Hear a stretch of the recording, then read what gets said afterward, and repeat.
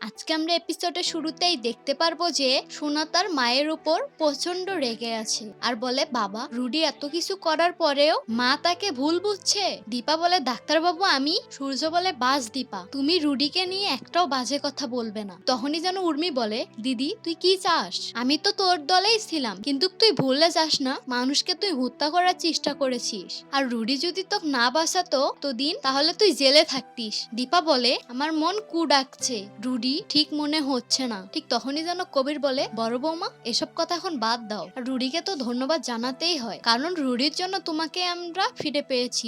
এবং বন্ধুরা, অনুরাগের ছোঁয়া ধারাবাহিক নাটকের আগামী পর্বগুলোতে ঠিক আমরা এমনটাই দেখতে পারবো। এপিসোডের শুরুতেই দেখতে পারবো যে দীপা বলে, বাবা তাহলে আজকের ফিসটা কিভাবে দেওয়া হলো? ঠিক সেই সময় যেন রূপা বলে, মা থাক না এসব কথা, বাদ দাও, চলো তুমি রুমে চলো। হ্যাঁ বন্ধুরা, অনুরাগের ছোঁয়া ধারাবাহিক নাটকের আগামী পর্বগুলোতে ঠিক আমরা এমনটাই দেখতে পারবো। আর আপনারা যদি আমাদের চ্যানেলে নতুন হয়ে থাকেন, চ্যানেলটিকে অবশ্যই একটি সাবস্ক্রাইব করে দিবেন। ধন্যবাদ।